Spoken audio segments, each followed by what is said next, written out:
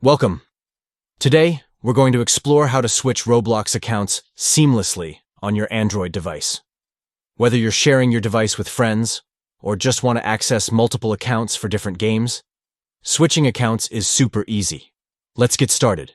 First, make sure you open the Roblox app on your Android device. This is where all the magic happens. Once the app is up and running, you'll see a variety of options on your screen.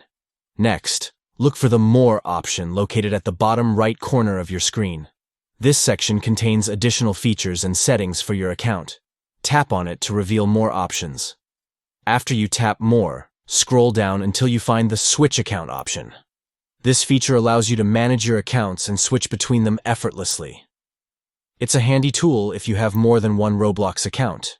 Once you tap on Switch Account, you'll see a list of your previously logged-in accounts.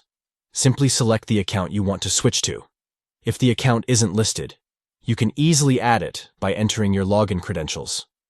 This way, you can access all your favorite games and friends without any hassle. Switching accounts can be particularly useful if you have different avatars, friends, or game progress on each account.